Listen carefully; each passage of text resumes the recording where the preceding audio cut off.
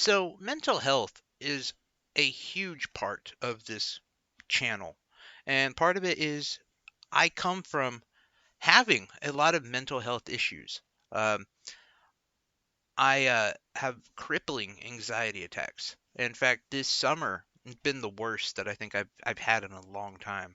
I'm more apt to deal with them because I've had anxiety attacks for better part of 8 years now. And I own a business. I'm a father of two young children.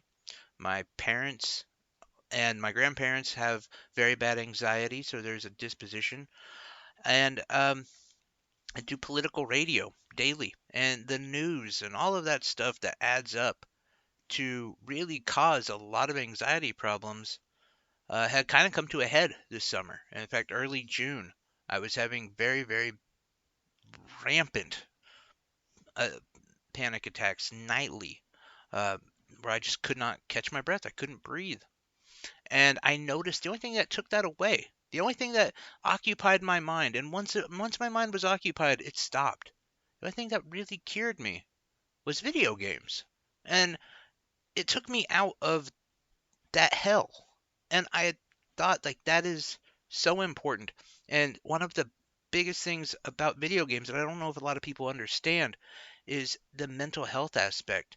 But apparently I'm not the only one who thought that. The creators of Psychonauts 2 address this issue so wonderfully because they make mental health a huge focus of this game without it ever being the punchline.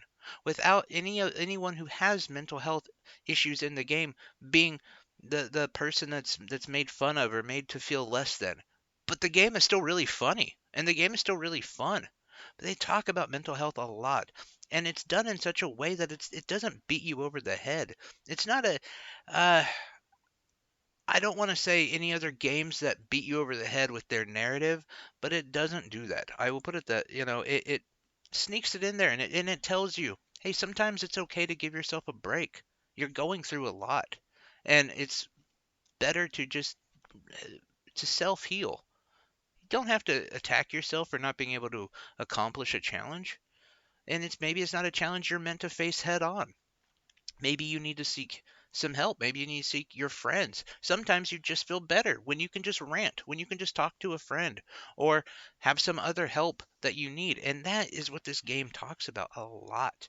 And in fact, the characters themselves, they become stronger when they rely on each other and when they work together.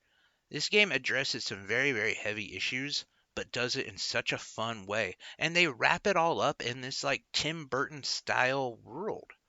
The creativity, the graphics, it's all there in this game. And I've really, really enjoyed it.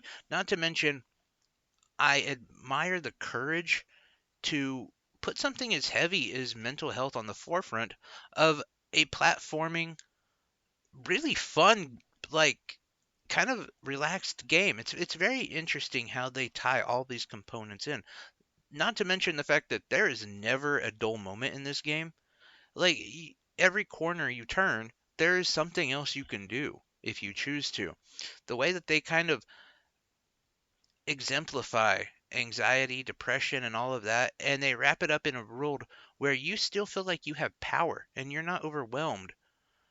It's amazing what this game is. I can't wait to actually do a full review. This is just a first impression. Very early on. I've only played it for like a day, like the rest of us.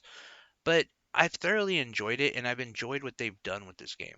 I can't speak highly enough of a game that would tackle these kind of issues and do it the right way. And do it in a way it's not like making the narrative the victim. They talk about facing challenges and beating and overcoming these challenges. And I think that's amazing. So anyway, check it out. It's on Game Pass. It's definitely a game I think I'm gonna buy just because I want the creators to get some money from me specifically. Anyway, thanks a lot, guys. Take care.